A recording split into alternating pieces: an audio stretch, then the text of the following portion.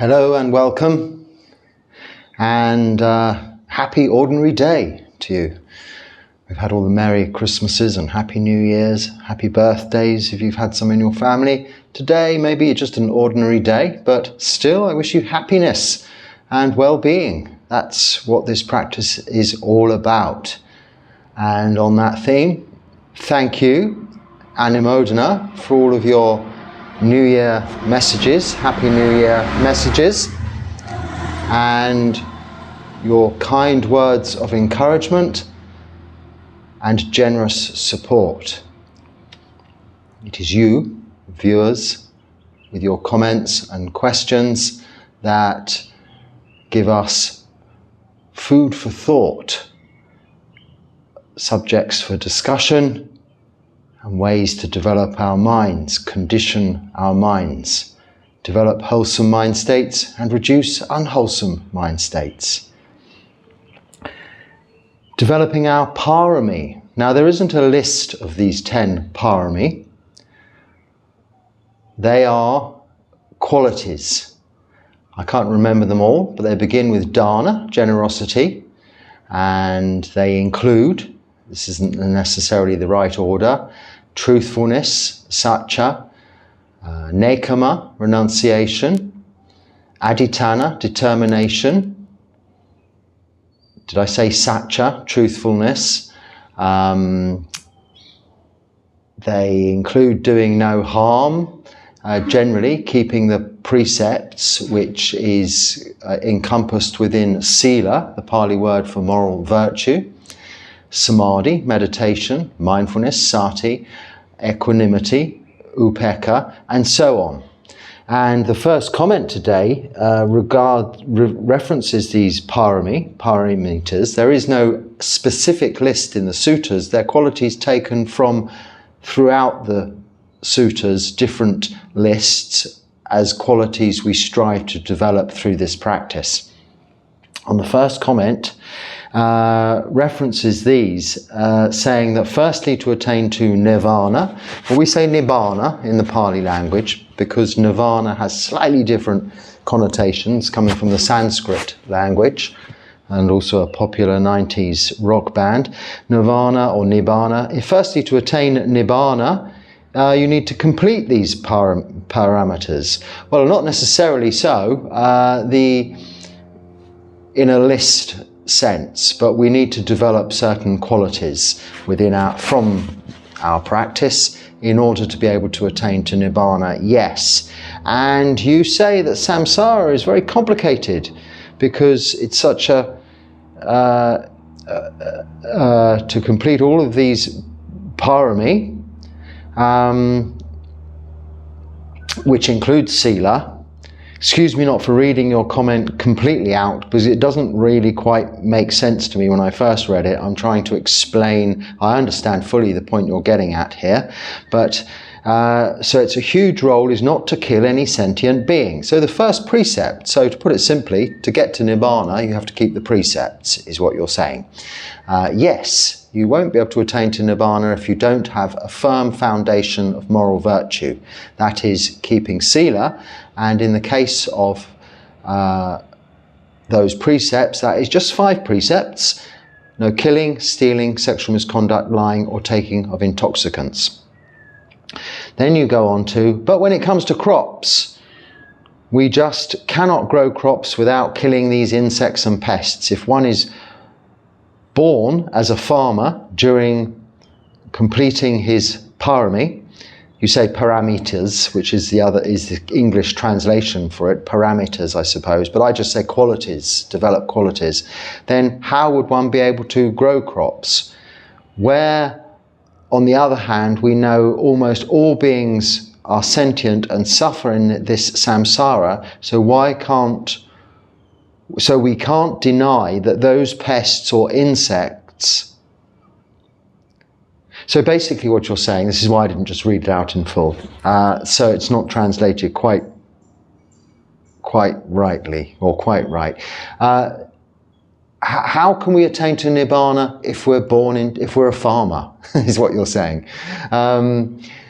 Probably you can't. Whether you're an agricultural farmer or a beef farmer, a pork farmer, a lamb farmer, any of these activities are involving raising and killing animals for consumption, are not going to lead to nibbana.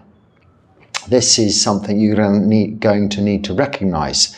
There is nothing, it's not literally a case of wrong livelihood, but it isn't right livelihood if you're involved in the taking intentionally of the lives of any sentient being. So yes, you're right. We cannot discount even the smallest pest or insect that may destroy crops.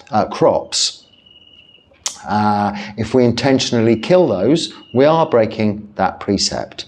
Now, there are ways around this, of course. There are organic farms, there are farms and farming techniques that don't kill these pests or whatever, but generally speaking, that is not the case. If you're involved in the raising of beef for consumption or pigs for pork for consumption, you're not necessarily killing either. They may be being shipped off to an abattoir. All of these precepts are intention based. If we're walking along the road and we tread on an ant, it isn't killing. We might have employed a little bit more mindfulness and watched where we're stepping, but it is inevitable within this life that we will come across situations whereby we have accidentally harmed sentient beings. Even within our own guts, there are sentient beings to some extent, perhaps, parasites or pests or something that have come into our bodies to exist and survive, and by making us ill, we've taken medicine and killed them.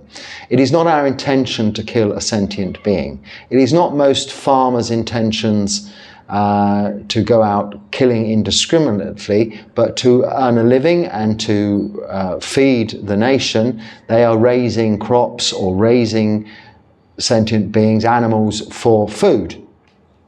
But they're not intending to kill them. They're just going to, as a consequence of that activity, those animals are going to be killed. But in answer to your question, you will not get to Nibbana if you're involved in those activities. So this is where the choice comes. You have the choice. You can develop the other 10 parami, but don't worry so much about the whole list of parami. Take sila, and if you're keeping 4 of the 5 precepts, then you're going a long way to developing sila. If you're killing, however, you will not be able to attain to nibbana. So the answer is quite simple there. You're asking me what are my thoughts? Well, there are farmers, and you may feel you have to be a farmer. We do really require farmers in order to live ourselves. We require food.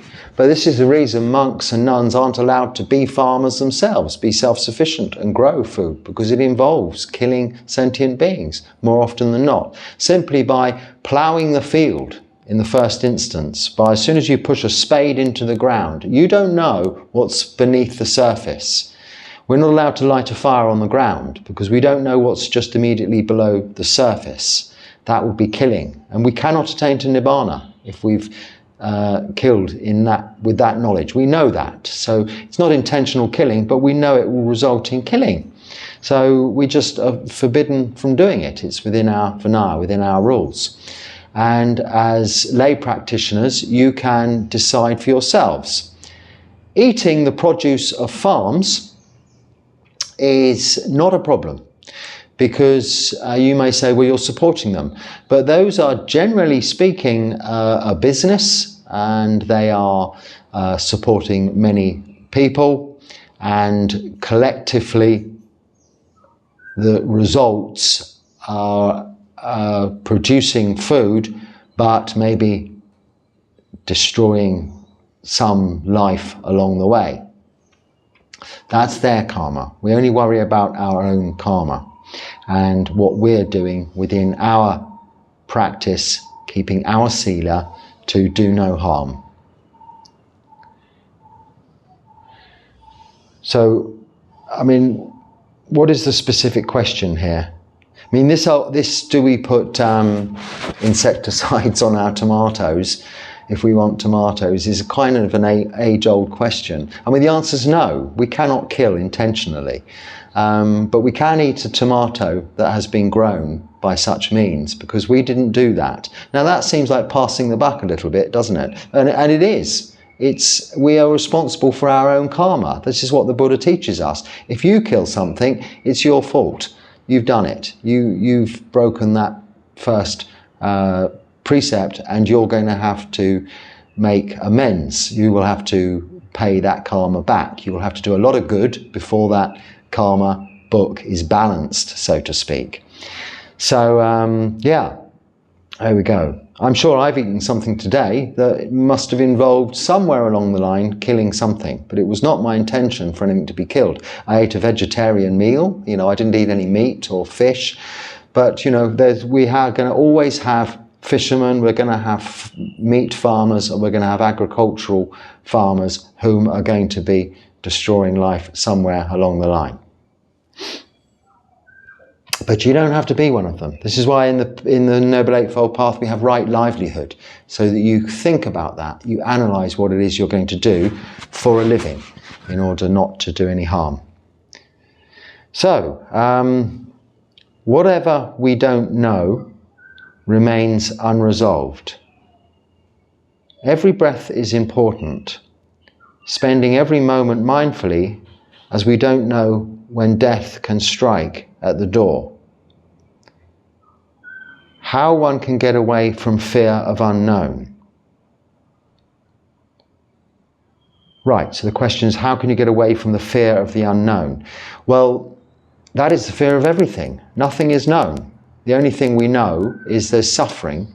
We can identify the cause of suffering, and we can know there's an end of suffering if we practice the path leading to the end of suffering. And we can know everything's impermanent. We can know that everything's unsatisfactory. We can know everything's out of our control or not self. Anicca, dukkha, anatta. These are the characteristics of existence. But we cannot know after our next breath that we'll inhale again. We may exhale, and that may be our last breath. As we inhale now, this may be our last breath. We can know that, and our future is uncertain.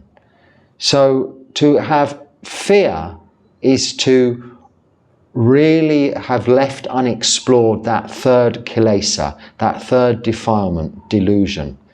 To really have not gone into what that means. Delusion is not understanding those three characteristics of existence, not understanding the Four Noble Truths, not understanding the Noble Eightfold Path, not even going as far as understanding them fully, but just having not heard them.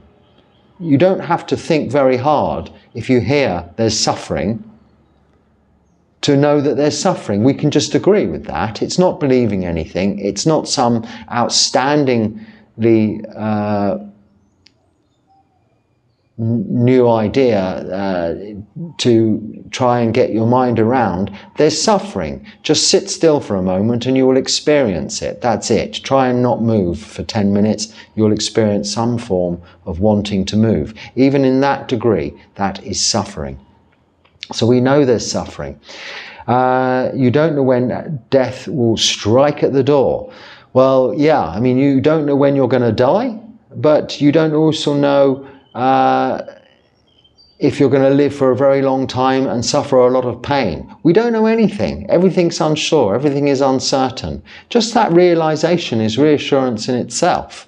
This is the nature of our existence. So fear comes from delusion, not realizing that. So specifically, how one can get away from fear of unknown?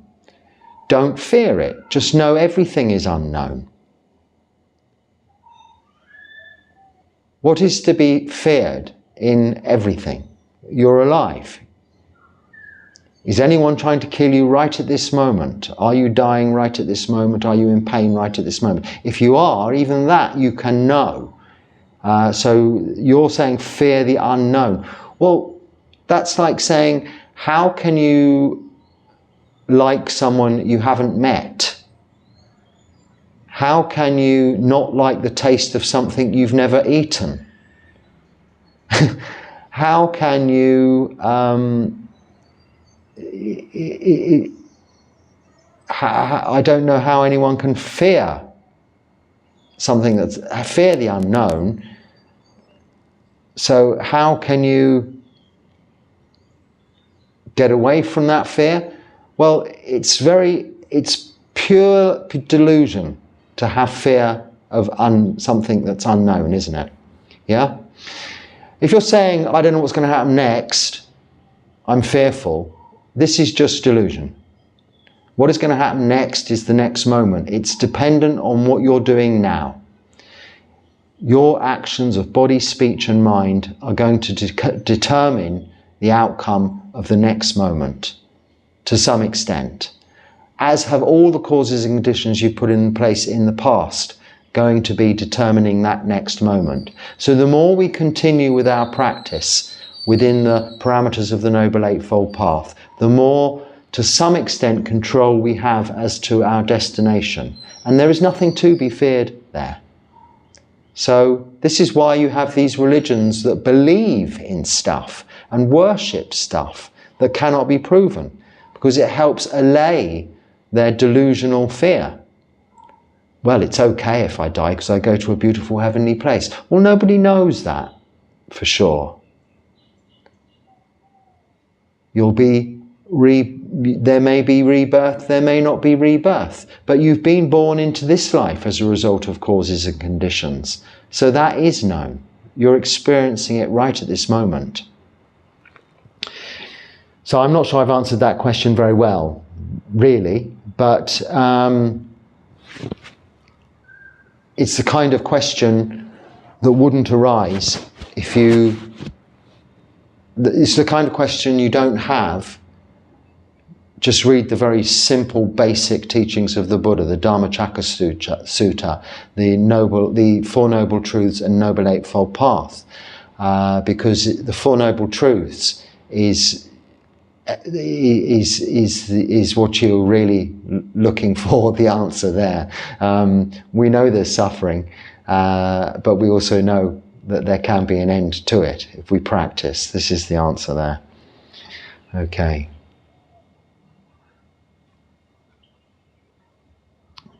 So somebody wants me to talk about spiritual bypassing.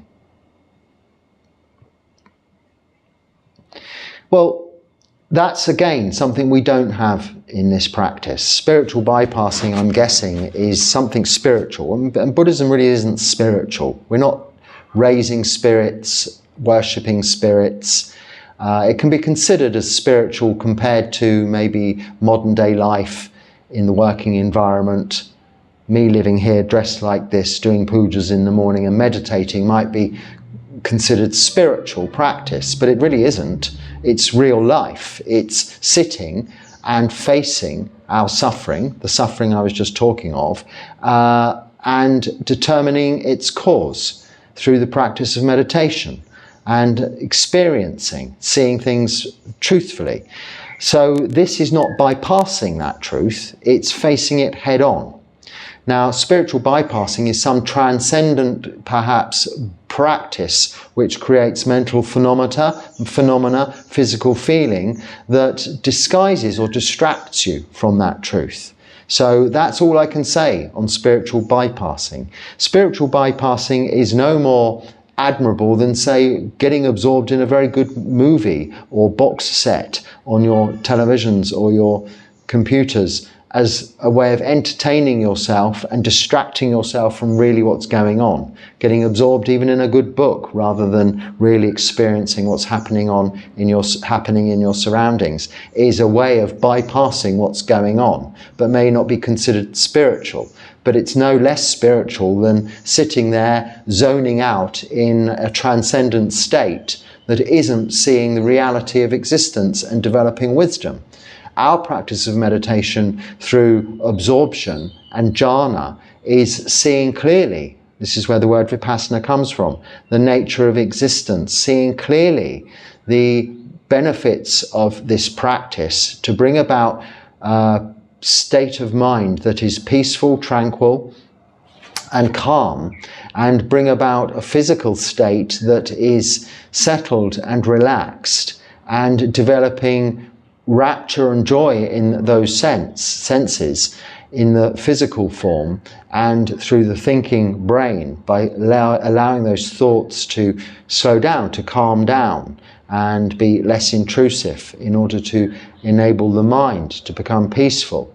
But that is not bypassing what is really going on, because the mind will still have its likings and its dislikings, its wants and its aversions.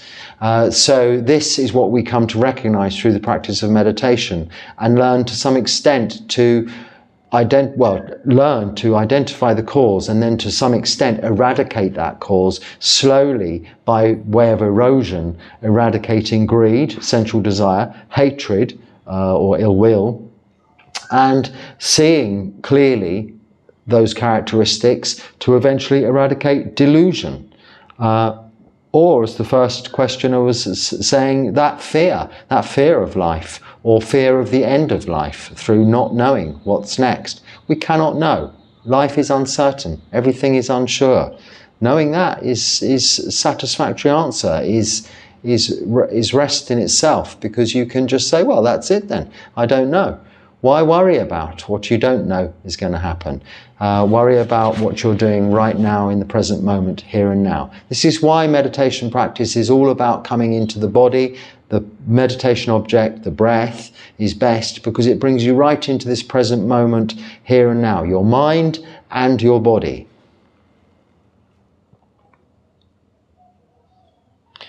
What happens if you believe in both Buddha and Jesus?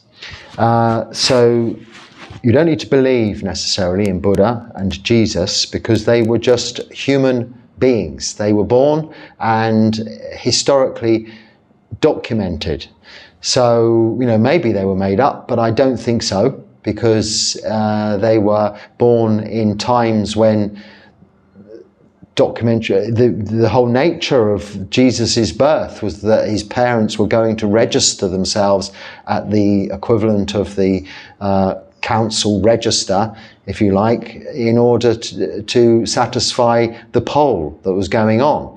So in that sense, from that time on, certainly births, deaths, there was a registry of births and deaths. So he was registered as being born. The king, the leader at that time, King Herod, King David, or King David's city, but King Herod got to know of his birth. So yeah, you don't have to believe that. What you're asking really maybe is, do we believe both the teachings of the Buddha and the teachings of Jesus? That is difficult to do, because to some extent they're contrary.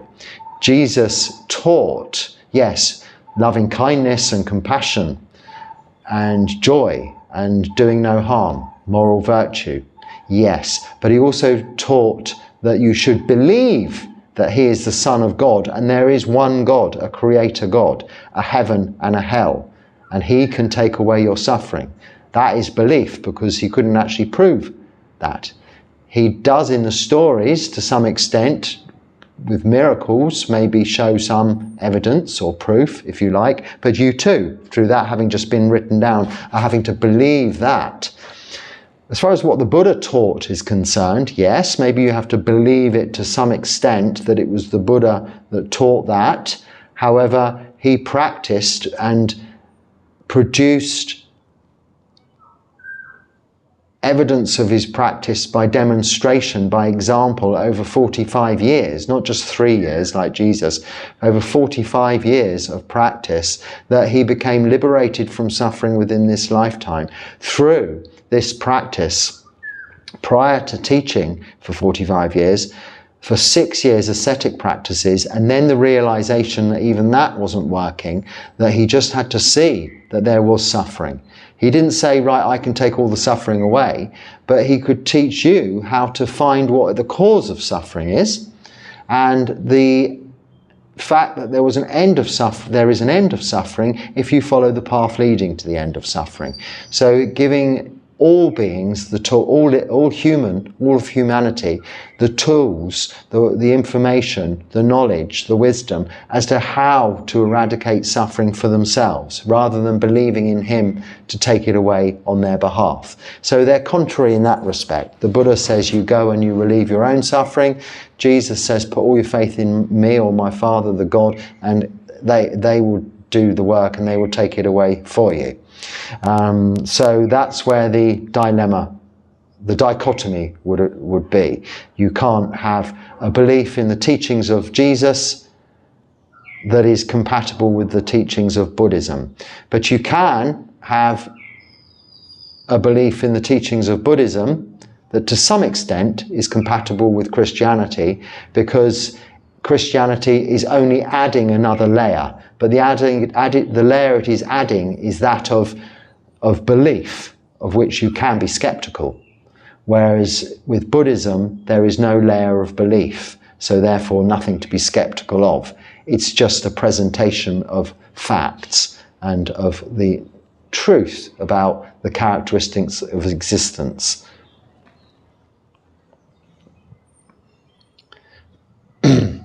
No need to describe anything about your background. Make it simple without referring to Pali language. Simply, what does it mean to be a Buddhist? This is the commentator that's telling me off for using Pali language and making everything too complicated. Okay, well, I don't think I do, but maybe I do. Anyway, what's the question? What does it mean to be Buddhist? And then you even start my answer for me. We believe ... Okay, we believe nothing, as I've just said. There's nothing to believe. We just see for ourselves. So we believe nothing. We experience everything. No Pali words, and that's my simple answer. Okay. If you was wondering, somebody is wondering if I am free from suffering, or if anyone I know is free from suffering. And you say it's a good question because you don't know a single person who's free from suffering. And Ajahns you follow also, as they themselves seem to mention, are not fully free. And so, firstly I'll say, don't worry about other people's development. We should only worry about our own practice and development. Otherwise, there's a lot of people for you to think about. And why does it matter? It's important to know your teachers are leading a life that is within the parameters of the Noble Eightfold Path, and that you can see by the nature of their behavior and what they say to you that they are practicing that Noble Eightfold Path to the best of their ability within the conditions that are supporting them, and are, through that practice, attaining to some degree of reducing greed, reducing hatred, and reducing delusion. You'll see your teachers are not going out buying expensive cars and building big houses and wearing fine suits and spending lots of money in restaurants. You'll see that they're not going around fighting other people because they have a difference of opinion or being aggressive. And you'll see that to some extent they have an understanding of the religion that they're practicing. Its scriptural, textual basis. So in Buddhism, a knowledge of the Pali Canon, the rules section, the teaching section, and the further commentaries on those teachings. This is something you'll come to know through listening, living with, and the experience you have with your teachers. But as far as other practitioners and even their own practice and attainments are concerned, it isn't relevant. What is relevant is your own. Monks themselves do not discuss their own attainments. And that being said, what you're referring to there, you're not knowing any beings that are fully free from suffering.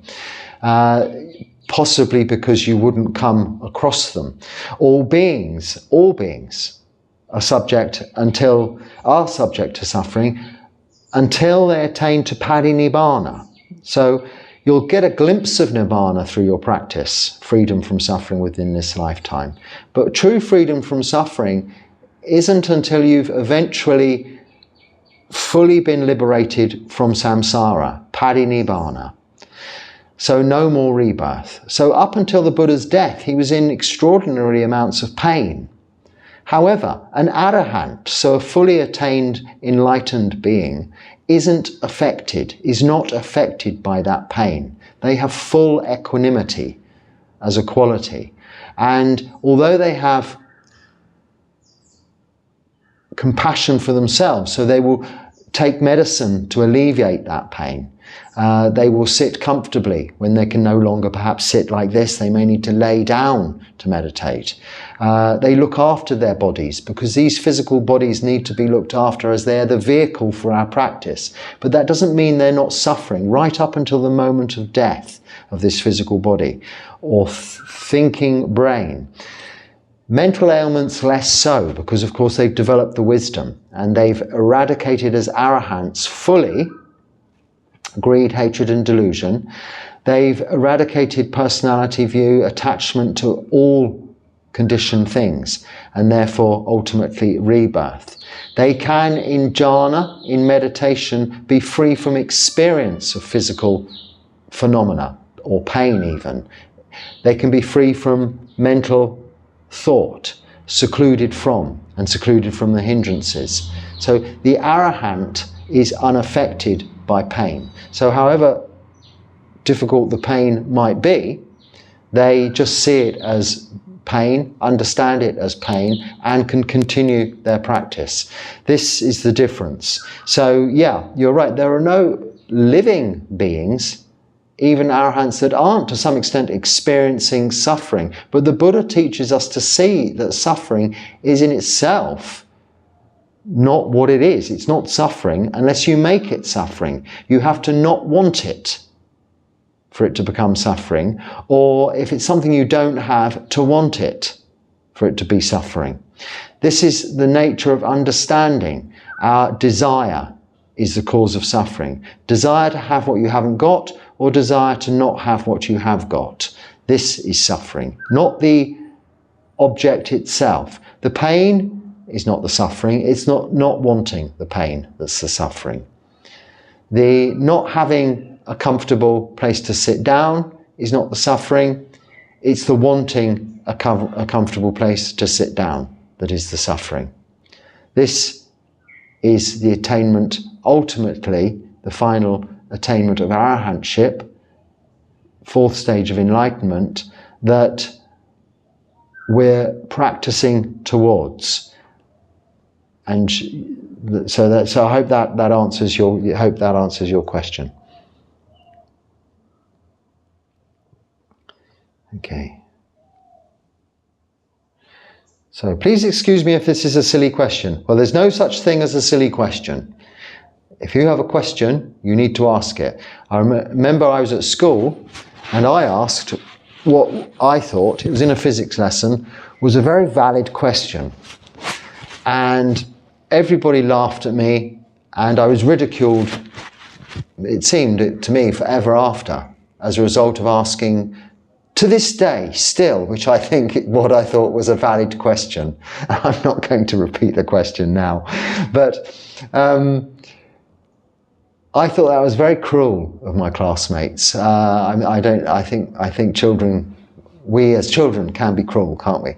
But I mean, it made their day. It made everybody laugh. It cheered everybody up, and I think even the teacher ridiculed me. So that wasn't a nice experience, but I'm not just saying that anyway. If we have a question, how are you ever going to know the answer, whether you think it's silly or whether you think it's not? Some people think they have these very intellectual, clever questions.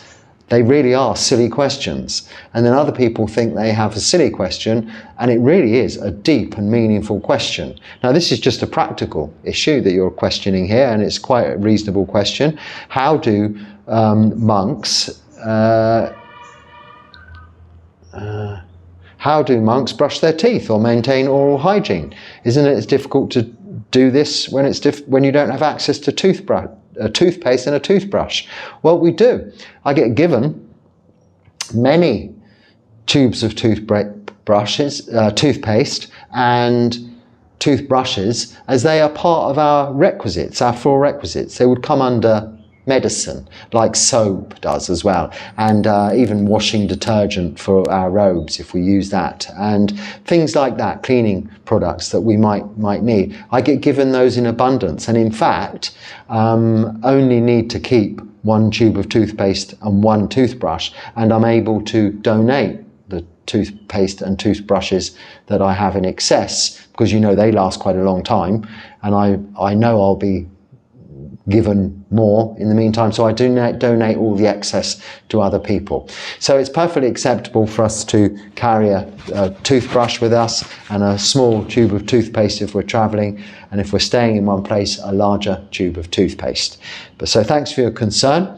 That isn't the reason I have a bit of a tooth problem and toothache. That's just old age, and I chew cloves on that tooth, and that helps a lot. It's kind of got this numbing anesthetic property about it, chewing a clove, and also a antiseptic property, sort of a neutralizing of any germs that might get in the broken bits of tooth property to it. So there are natural ways to look after your oral hygiene, and many of monks in Thailand use what's called a tooth stick, which is a particular kind of wood which is chopped into little short lengths, and then they hammer or bang with a stone the end to make it into like a brush, and they brush their teeth with just this. Now, the properties of the wood have that same antiseptic and refreshing quality about the whatever's in the wood, the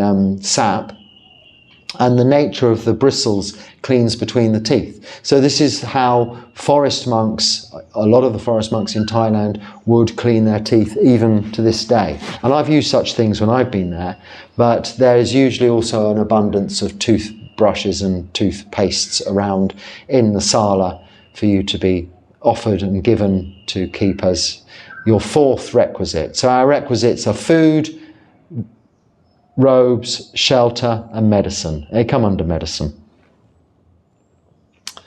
Okay.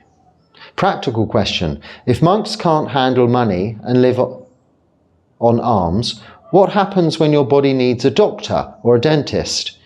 Does a monk simply... It's funny how these comments sort of tie in, because they're not related they're not from the same video, it's just coincidence. Yes, does a monk simply do nothing and let samsara take its inevitable course, or do you seek treatment?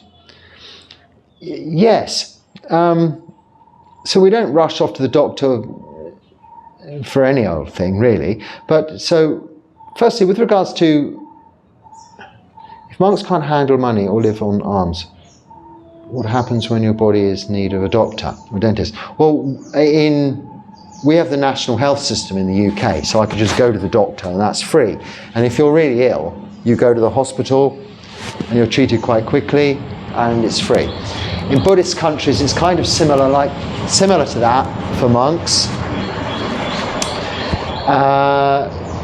Mostly the doctors will treat monks for free in Thailand or here in Sri Lanka, and probably in other Buddhist countries too, because it's their way of offering dana to the Sangha. They're not treating just that monk, they're taking that duty or that burden away from the Sangha to look after the ill monk by making the monk better.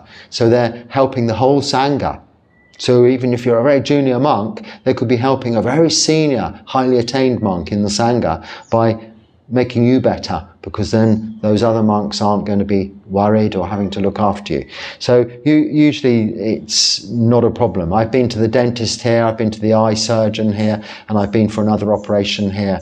Now, where there were costs involved, and on those occasions there were some special tests I had to have in Colombo at a eye clinic place that does charge, and also during my operation I had to have an anaesthetist. Although I was awake through the operation, I had what they call an epidural, so you're numbed from the chest down, so to speak.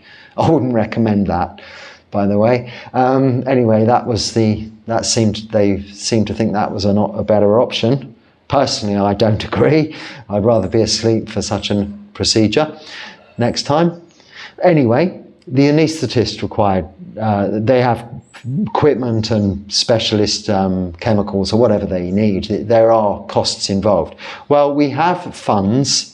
Any donations I receive go into a trust fund, and that money is accessible, and I have people who can help if we have to buy anything with cash, like medicine or like that. But most of those medicines are provided, like I just said, like toothpaste and toothbrushes, paracetamol, painkillers and things like that, for free.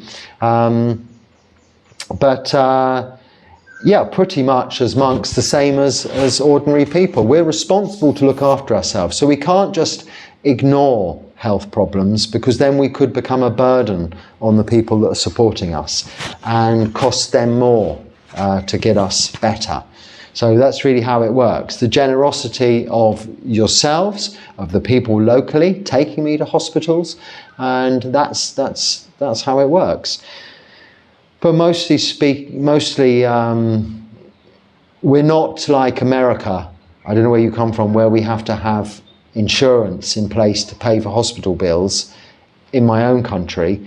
And as monks, we don't have that kind of insurance or health insurance. I don't have travel insurance, for instance, so that if I got ill, I could pay hospital bills.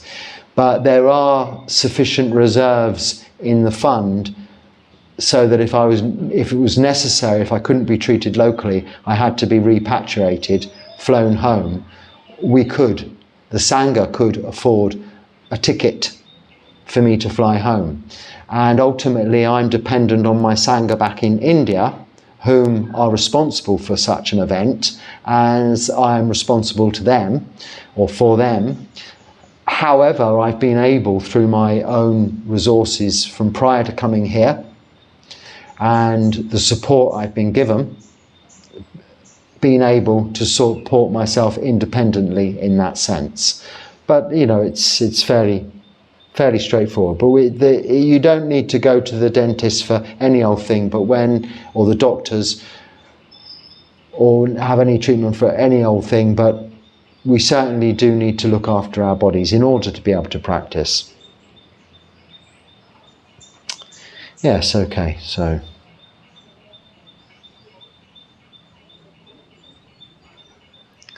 Okay. If I may, the triple gem includes taking refuge in the Sangha. Is our interaction, and with you, together with listening to the Dharma and going to the Buddha for refuge, achieving this? I ask because there are no monasteries nearby. There is, however, a Buddhist centre which I am increasingly building up the confidence to visit, although I believe I would struggle with the seated position. So perhaps I am using this as an excuse and taking it for granted that you are my Sangha, and I have no need to visit the centre. Your thoughts on this topic would be greatly appreciated. So just to skip to the second bit first. Yeah, I mean, the Buddhist centre, if it's a Buddhist centre, they're not going to mind how you sit, what posture you adopt for meditation. You can sit on a chair. Nobody's going to, please, you don't need to build up courage to go there. I'm sure if it's a Buddhist centre, it says Buddhist centre, they're going to be full of metta, loving kindness, karuna, compassion. They're going to welcome you as a visitor.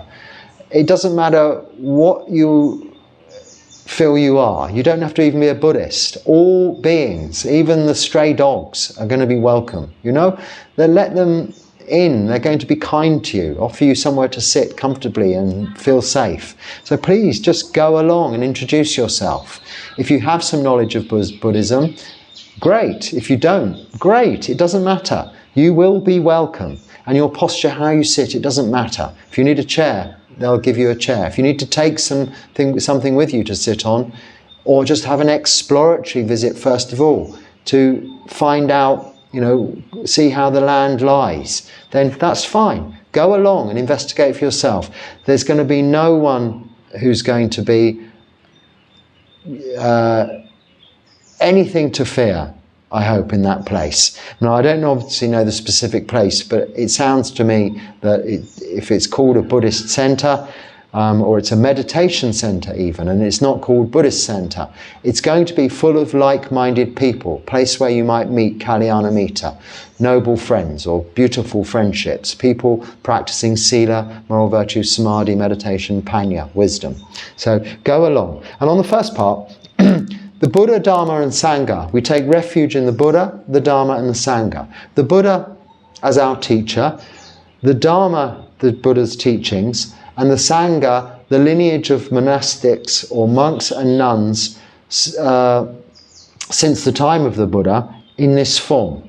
As a body, the Sangha, like I referred to earlier. When people offer me food or even bow in front of me, they're not bowing to me or giving me specifically the food. They are, in a sense, but more appropriately and more specifically, they are giving dana, generosity, offering food or paying respects to the overall Sangha, all bhikkhus, all bhikkhunis. They are the practitioners of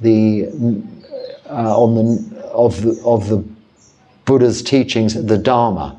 So we take refuge, if we go to a monastery and you take refuge by way of the words, the formal procedure, it's not that formal, it's quite informal. You say Buddham saranam gacchami, Dharmam saranam gacchami, Sangham saranam gacchami, and you do that 3 times. So it's then Dutiyampi Bhutam Saranam Gacchami, and you repeat this in front of a monk. It's just reminding yourself and making a little bit of a ceremony about it. But you can just do this in your mind silently at home, or even verbally at home from the chanting book.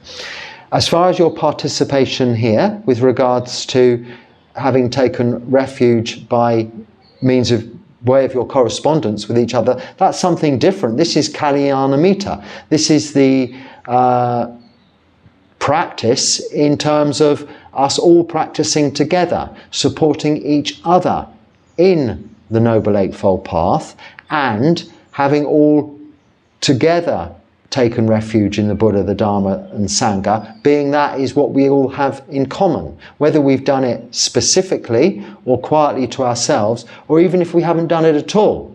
By, yes, listening to this, to some extent you're taking refuge in the Buddha, the Dharma and Sangha, because my teacher, our teacher, is the Buddha.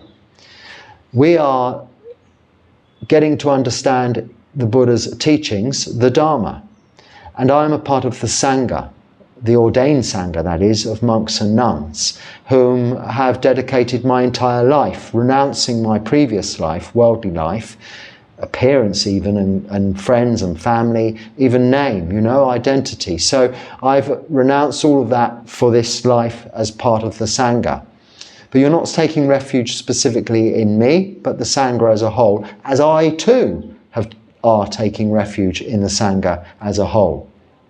So yes, you're achieving it, and I'm just trying to clarify the understanding there of what taking refuge is a little bit more clearly.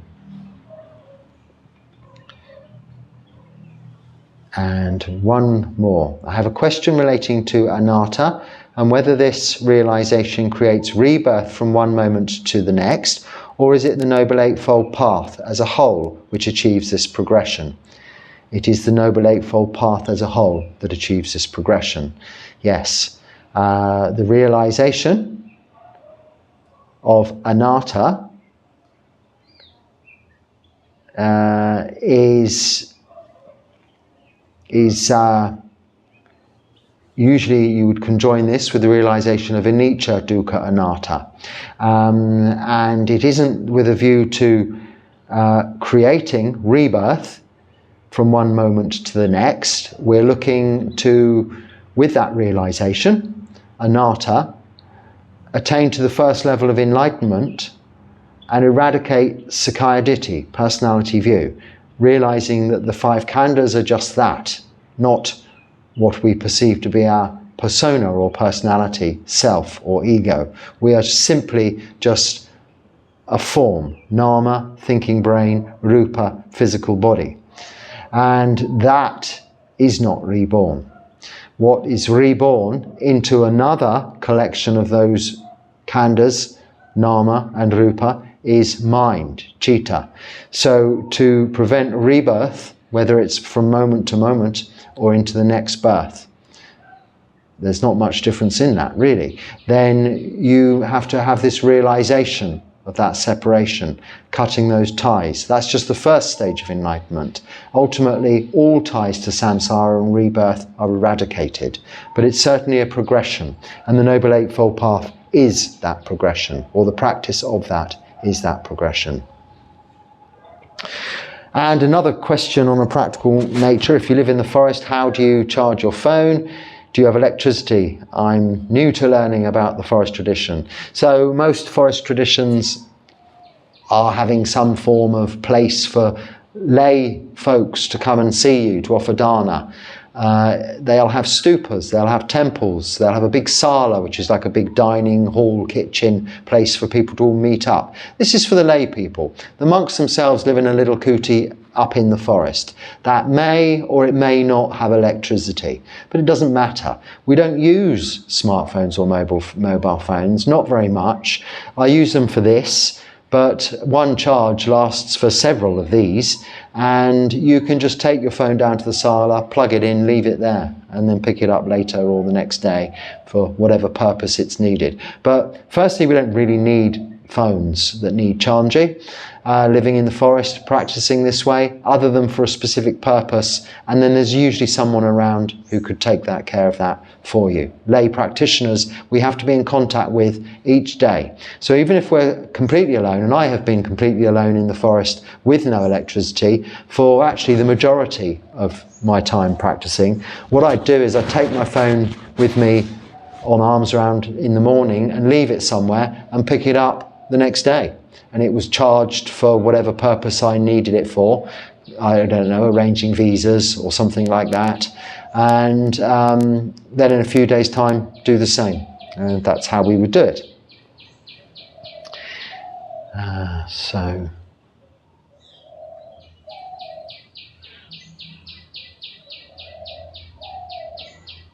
Well, I think on that last question, that practical note, I'll leave it there. Just a couple more, but they're very recent. So I've caught up with the comments and questions, but hopefully we'll receive many more. And we'll continue with this and I will keep sharing Dharma with you as best I can. I don't feel I've done that so terribly well today. We look at our own practice under a microscope. We can see how we're doing, progressing on the path. And when one sits to speak, as I'm sitting to speak now to you, we're looking at right speech on the path, and we're looking at the overall aspect of the development of wisdom or right view. And I hope what I've shared with you today is of right view, and I haven't contravened any idea of that in any sense, but not always will it come across as eloquently as we might like it to. This is just the nature of us fallible humans, the way we are put together, the way we work. So I thank you for bearing with me, and if there is anything in there that's useful, please use it. If not, then just let it go and don't let it bother you, but come back and try again. Until next time, be happy and stay well. Sukhi Hotu.